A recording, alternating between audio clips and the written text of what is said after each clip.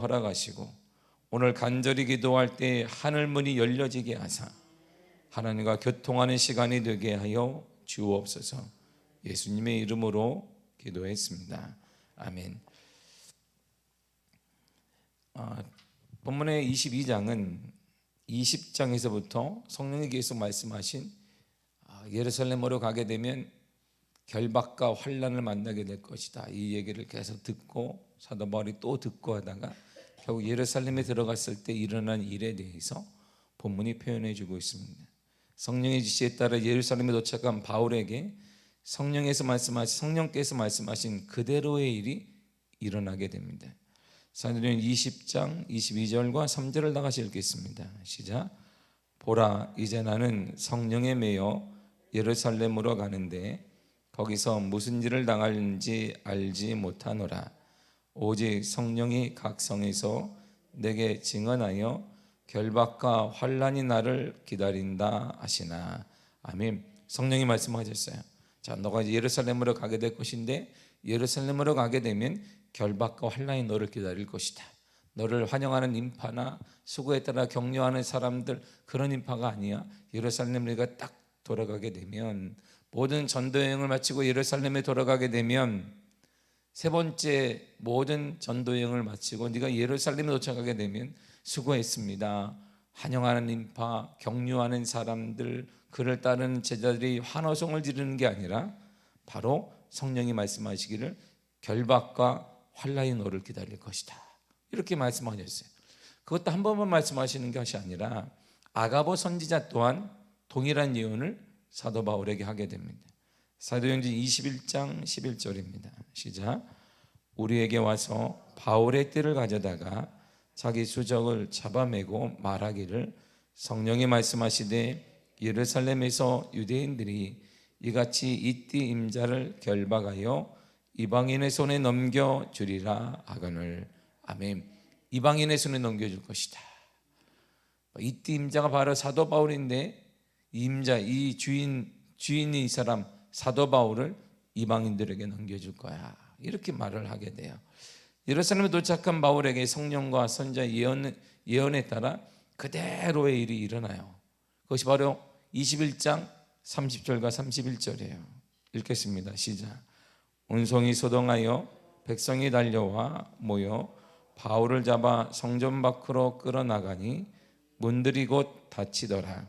그들이 그를 죽이려 할 때에 온 예루살렘이 요란하다니 소문이 군대의 백부장에게 들리매. 아멘. 소문이 다 났어요.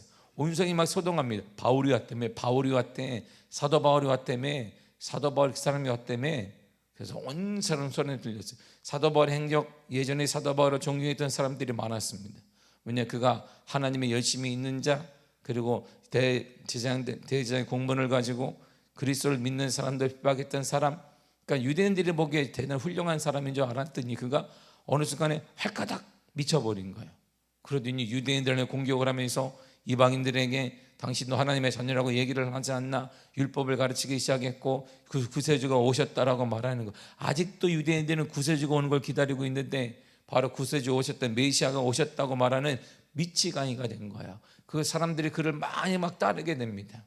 그러니까 그들이, 유대인들이 볼 때 미친 사람뿐만 아니라 그는 선동하는 사람이고, 그리고 그는 많은 사람들에게 이교도와 같은 사람이 되어버렸어요. 그러니까 이교도를 향한 유대인들은 태도는 단호한 것입니다. 이교도는 없애버리면 되는 거예요. 그래서 그가 죽이려고 모였습니다. 그들이 그를 죽이려 할 때 이렇게 했어요. 죽이려고 하니까 예루살렘에서 그나마 사도 바울을 따르는 사람도 있고 사도 바울을 후원하는 사람도 있고 제자들도 있고 엉켜버리게 된 것입니다. 다수의 많은 유대인들은 그를 죽이려고 했어요. 이런 위기 앞에 천부장이 나타나서 자초지종을 다 알고자 그를 군사들의 보호 아래 그를 보호하게 됩니다. 사도 바울을 보호해서 왜 이런 일이 일어난가를 물어요. 그러나 바울은 천부장에게 부탁을 하여 자신이 죽이고자 하는 유대인들에게 말할 기회를 얻습니다. 바로 그것이 오늘 본문의 내용이에요. 자, 천부장에게 얘기하니까 천부장에게 당신이 그리스어를 할 줄 아냐? 하니까 할 줄 안다. 그러니까 보통 사람은 아니구나 이게. 유대인들은 지금 유대인어를 밖에 모르는데 히브리어밖에 모르는데 그리스어를 할 줄 아니까 그리스어도 할 줄 아는구나. 첩부장과 대화하다가 그렇다면 내가 나를 죽이려 는 유대인들에게 말할 기회를 좀 달라. 그러니까 그럼 네가 말해봐라. 그리고 오늘 본문의 장면이 바로 그 내용이에요. 그리고 그가 유대인들 앞에 딱 쓰자마자, 자, 예루살렘은 유대인들만 있는 곳이잖아요. 바로 유대인들만 사는 곳이에요. 그 예루살렘에 딱 서서 그가 첫 마디가 이런 말이에요. 본문의 2절과 3절입니다. 시작. 그들이 그가 히브리 말로 말함을 듣고 더욱 조용한지라. 이어 이르되 나는 유대인으로 길르기아 나소에서 났고 이 성에서 자라 가말리엘 문화에서 우리 조상들의 율법에 엄한 교훈을 받았고 오늘 너희 모든 사람처럼 하나님께 대하여 열심히 있는 자라. 아멘. 저희들이 깜짝 놀란 이유는 뭐냐면 지금까지 천부장 얘기하는 거 보니까 그가 그리스 말로 했어요. 그리스 말로 지금 계속 얘기하다가 유대인 앞에 딱 서서는 히브리 말로 하니까 유대인들이 깜짝 놀라. 히브리어 같은 유대인 사람이네. 히브리 말을 할 줄 아는구나. 깜짝 놀라게 돼. 소문만 듣던 사도 바울이 진짜 그가 유대인이기도 하구나 이렇게 듣게 된 거야. 바울은 그 열심으로 이렇게 행동했습니다. 내가 어떤 사람인지 하나님 앞에 열심히 있는 사람이다.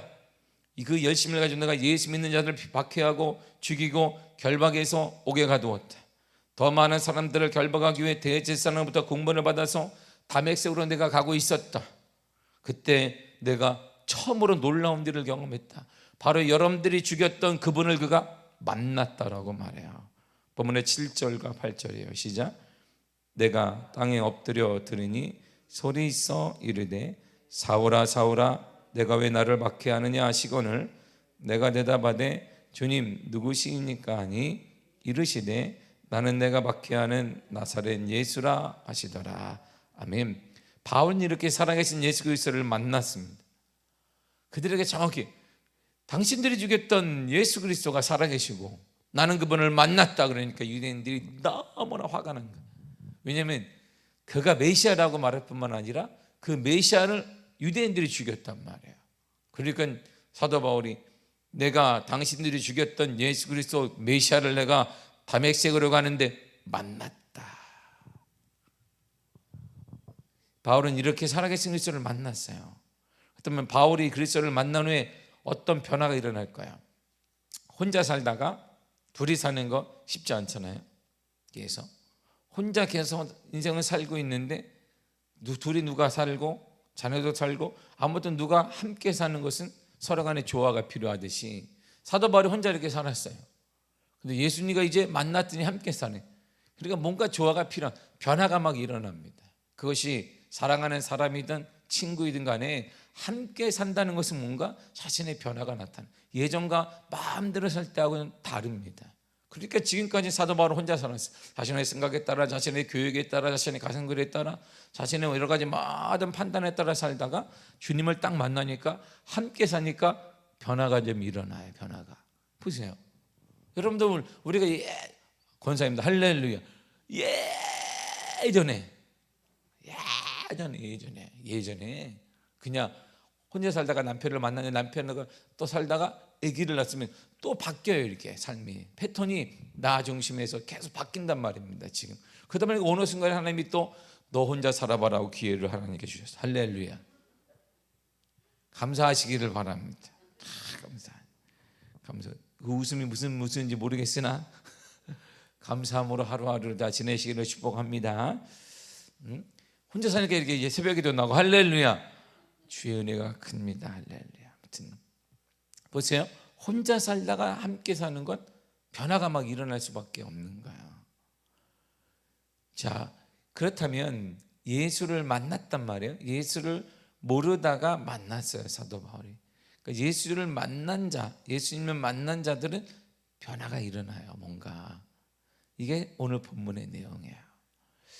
예수님께서 택하신 자에게는 예수님이 뜻을 알게 하십니다. 내가 너 왜 택했는지 아니? 이런 말이에요. 내가 너를 택했다. 그렇다면 택한 이유가 있겠지? 이런 말이에요. 본문의 14절 보세요. 시작. 그가 또 이르되 우리 조상들이 하나님이 너를 택하여 너로 하여금 자기 뜻을 알게 하시며 그 의인을 보게 하시고 그 입에서 나오는 음성을 듣게 하셨으니 아멘. 너를 택했다 그랬어요. 내가 너를 택했다. 바울아, 내가 너를 택한 거야. 예수님이 말씀하신 거야. 예수님이 지금 눈이 멀었는데 보이지 않는데 내가 너를 택했다. 바울아. 그렇다면 바울을 향한 하나님의 주님의 뜻이 있을 거예요. 자기 뜻을 알게 하신다. 내가 너를 택해서 내 뜻을 너에게 알게 할 거야. 사도 바울이 향한 예수님의 뜻이 뭐예요? 15절을 보세요. 시작. 내가 그를 위하여 모든 사람 앞에서 내가 보고 들은 것의 증인이 되리라. 아멘. 딱 하나입니다. 증인이 되라. 이러면 증인이 되라. 증인이 뭔데요? 무엇에 대한 증인이냐면 내 생각, 내 철학, 내가 살아온 거 그거 증인 아니에요. 내가 말해 이렇게 했더니 이건 내가 말하는 증인이 아니에요. 증인은 딱 두 가지예요. 본 것, 들은 것 이런 거예요. 주님 본 것, 주님께 들은 것 그것만 말하는 게 증인이지. 내가 살다 보니까 말이에요. 내가 이렇게 역사하고 내가 나에게 이런 주고 이런 거 아니에요. 내가 신앙생활 하다 보니까 이런 거 아닙니다. 증인은 딱 그거 두 개예요. 내가 주를 본 것, 내가 주를 만난 것, 주님께 내가 들은 것.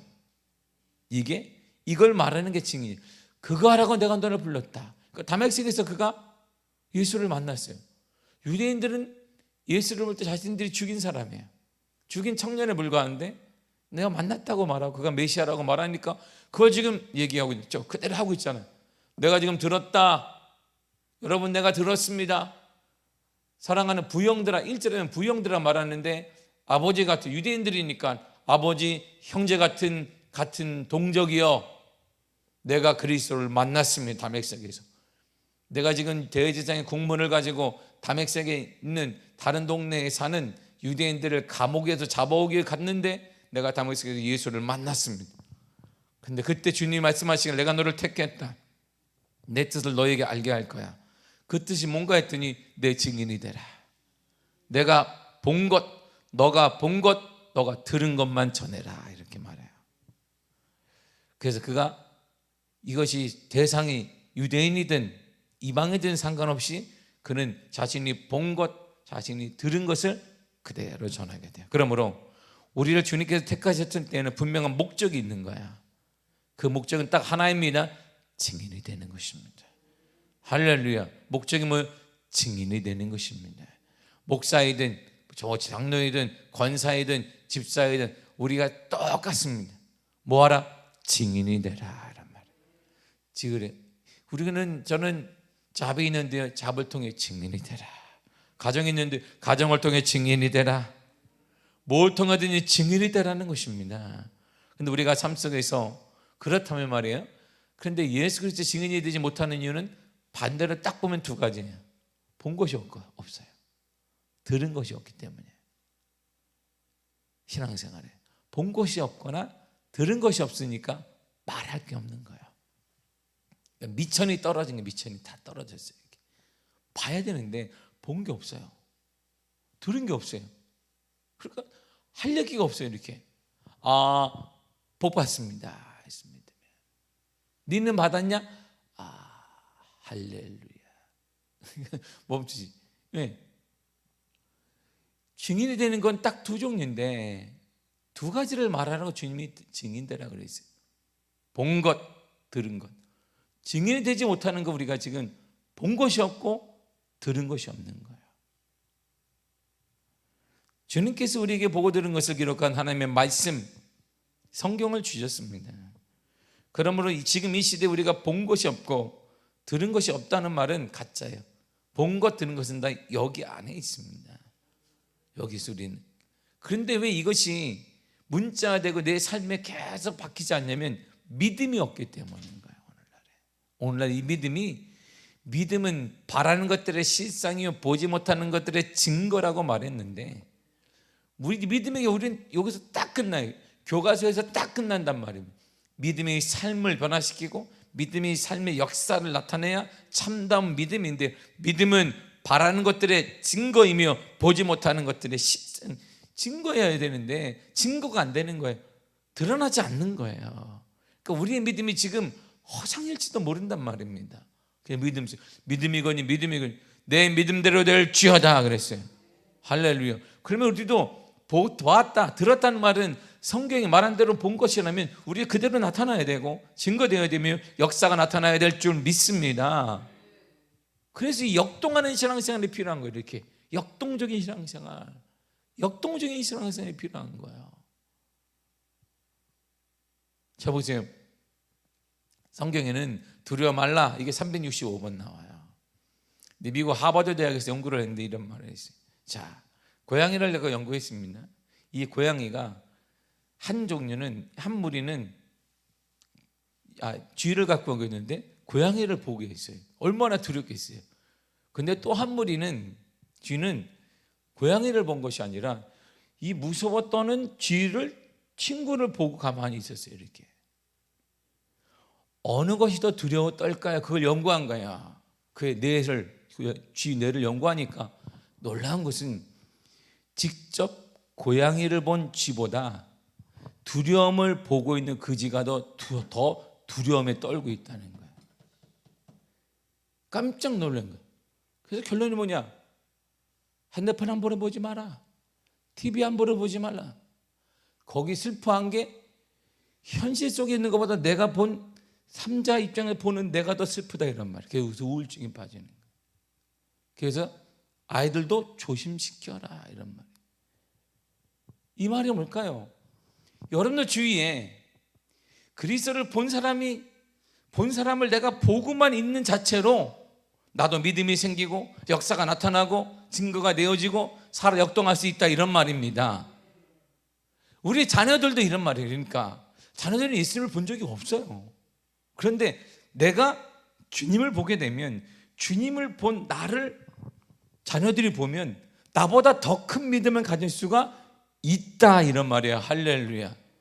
결국 그런데 우리가 지금 이런 현상이 나타나지 않는다는 것은 우리 믿음이 지금 화석까지 굳어버렸어요. 이렇게 굳어버렸어요.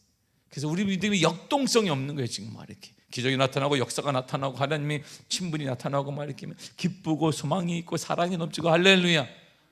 신앙생활이 막 기쁜 것이지. 할렐루야. 막 기쁘고 막 놀랍고 은혜롭고 할렐루야.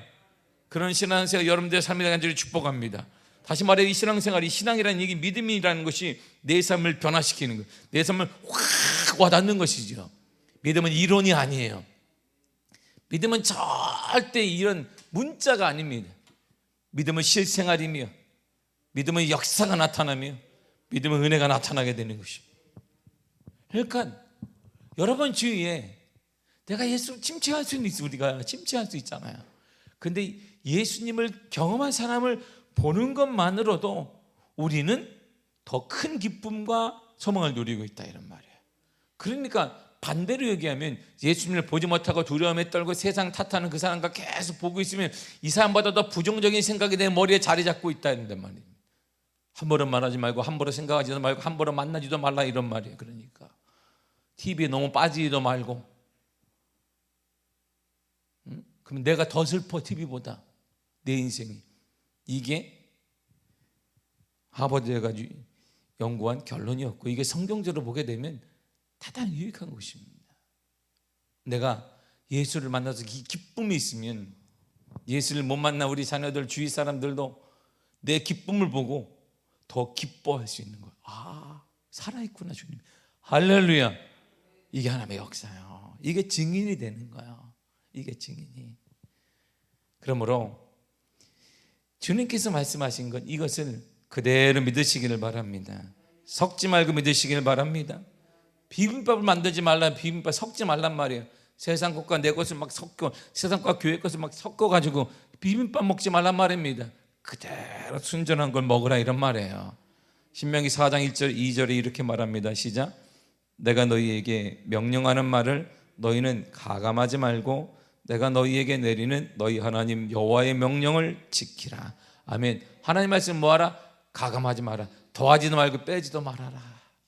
세상 힘들다고 빼지 말고 무엇한다고 가감하지도 마라. 더하지도 말라면 여러분의 감정도 더하지 말고 여러분의 무엇도 빼지도 말라 이런 말입니다.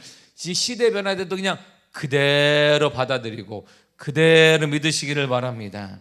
신명기 12장 32절에도 이렇게 말씀하듯 시작. 내가 너희에게 명령하는 이 모든 말을 너희는 지켜 행하고 그것에 가감하지 말지니라. 아멘. 반복하잖아요. 뭐 하지 말라? 하나님 말씀 뭐 하지 말라? 가감하지 마라. 더하지도 말고 빼지도 말아라. 감정을 섞지도 말아라. 시대를 섞지도 말아라. 내 환경을 섞지, 내 물질도 섞지 말아라. 거기에 내 컨디션에 따라 하나님 말씀이 되고 안 되고가 아니다, 이런 말입니다. 시대가 아무리 어렵다 하나 하나님 말씀은 그대로 되어집니다. 내가 믿음대로, 그래서 내 믿음대로 될지어다, 그런 거예요. 민수기 22장 18절에 이렇게 말합니다. 시작. 발람이 발락의 신하들에게 대답하여 이르되 발락이 그 집에 가득한 은금을 내게 줄지라도 내가 능히 여호와 내 하나님의 말씀을 어겨 덜하거나 더하지 못하겠노라. 아멘. 보세요. 발락이 발람의 선지자를 보내서 이스라엘 저주해라. 자, 은금을 다 주겠다. 저주해라 그랬더니 당신이 다 준다 할지라도 내가 하나님의 말씀을 어겨서 덜하거나 더하지 못하겠습니다. 그러니까 말씀에 더하거나 덜하는 것은 말씀을 어기는 거예요. 이게 중요한 것입니다. 나는요 말씀을요 90%까지는 순종, 그거 어기는 거예요. 그게 더하거나 덜하지만 그대로 100% 믿어야 된다, 이런 말이죠. 잠언서 30장 6절에 이렇게 말해요. 시작. 너는 그의 말씀에 더하지 말라. 그가 너를 책망하시겠고 너는 거짓말하는 자가 될까 두려우니라. 아멘. 하나님 말씀에 더하지 말라. 그러면 뭐한다? 하나님이 책망하신다. 그거 거짓말하는 사람이다, 이런 말입니다. 그러니까 하나님 말씀을 100% 믿는 것입니다. 시대를 믿는 거 아니고 물질을 믿는 거, 환경을 믿는 거 아닙니다. 말씀을 그대로 믿으면 그 말씀의 믿음대로 역사가 나타나게 되는 것이, 이 놀라운 결정판을 예수님의 어머니가 딱 보여줬어요. 예수님의 어머니가 지금 혼인잔치집에 가서 포도주가 다 떨어졌어요. 그런데 하인들을 불러놓고 자, 주님 오시라고 해라. 그리고 얘기를 한마디 딱 듣면 이렇게 하면 된다. 엉뚱하게 될지 몰라. 뭐 저런 말이 다 있노? 그럴지도 몰라. 근데 이렇게 해라. 자, 요한복음 2장 5절을 보세요. 시작. 그의 어머니가 하인들에게 이르되 너희에게 무슨 말씀을 하시든지 그대로 하라 아니라. 아멘. 자, 이렇게 얘기한 거예요. 주님이 어떤 말 할지 몰라. 그런데 그대로만 해라. 그대로만이야. 불하면 뭐 떠오르면 떠오고 뭐 독을 타려면 타고 뭐 하지, 그대로만 해. 그러니까 이 어머니의 믿음이 바로 마리아의 믿음이 이거예요. 주님이에요. 주님. 내 아들이 아니라 주님. 그러니까 이 말씀은 다 되는 거야. 그러니까 그대로만 해라. 그대로. 섞지 말고 더하지도 말고 빼지도 말고 하나님 말씀 그대로만 해라. 그냥 얼마나 그 말이 뭔지 몰라서 하인들이, 근데 이 하인들에게 예수님 오시더니 물로 채워라. 이게 바보 같은 일이에요. 이게 포도주 채워야 되는데, 포도주로 나가야 되는데 지금 거기다 빈 포도주에 다른 집에 가서 사와라, 뭐 주문을 해라, 뭐 다른 집 빌려와라, 그게 아니라 물을 채워라. 미친 짓이지. 만약에 그걸 떠났다가 물 주인이 가서 포도주 갖고 와라 했더니 물 딱 내가 부인이 얼마나 주인이 화가 나겠습니까? 죽을지도 몰라요. 주인이 당시 하인들이 제산에 불과했기 때문에 크게 책망받을 것입니다. 근데 어머니가 그랬어요. 이해되지 않더라도, 당장 이해가 안 될지도 몰라, 그대로만 해라. 그냥 이들이 그대로 했어요. 갖다 줘라 하니까 그대로 갖다 줬습니다.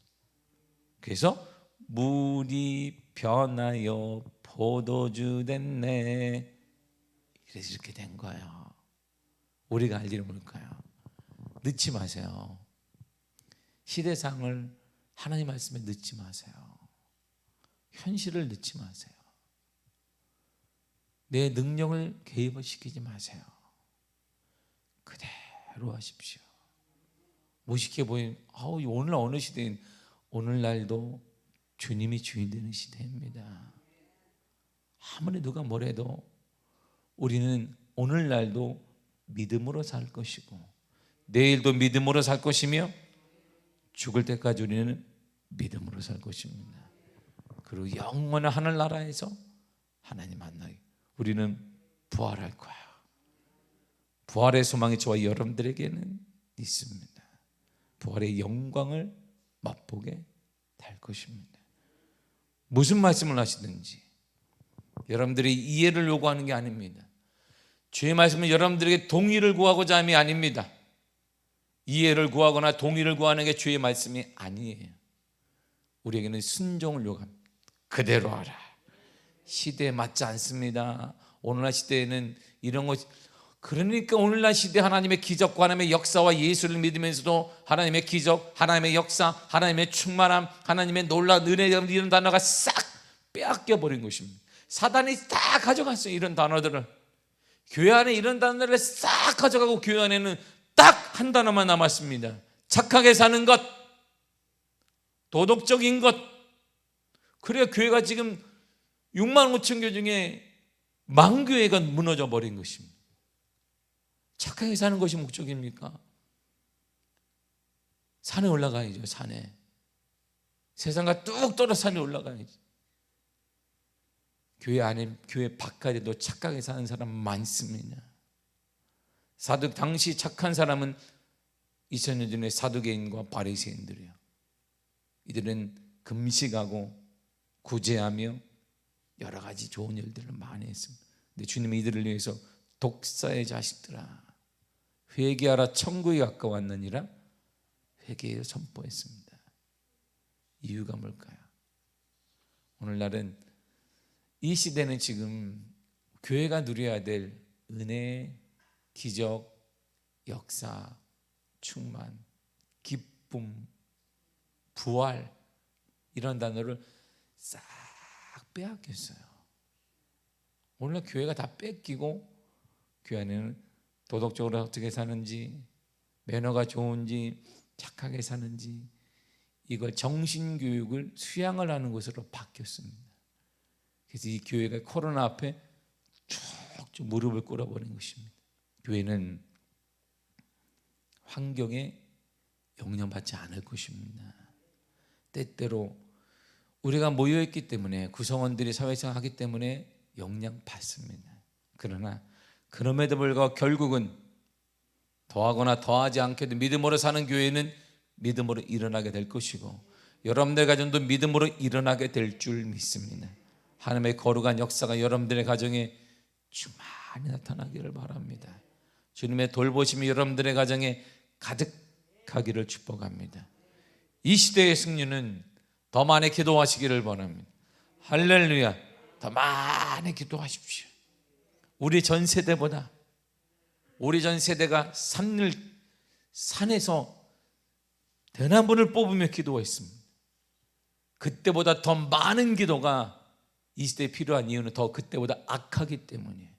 시대가 악하기 때문에 그러한 모습을 내가 딱 보면 우리 후손들은 나는 그렇게 하지 않아도 그 모습을 보는 것만으로도 이들은 큰 은혜를 받는다 이런 말이에요. 할렐루야. 그러므로 다음 세대에 걱정하지 마십시오.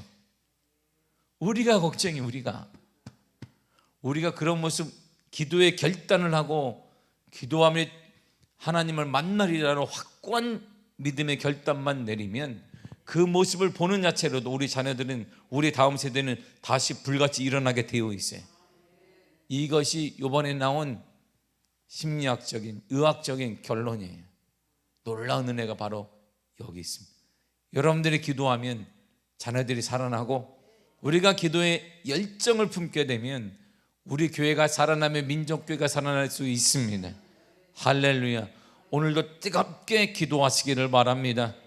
하늘 문이 열려지는 놀라운 기도가 임하기 간절히 축복합니다. 이런 기도의 회복이 다시 한번 일어나기를 간절히 축복합니다. 기도하겠습니다. 주님 감사드립니다. 무슨 말씀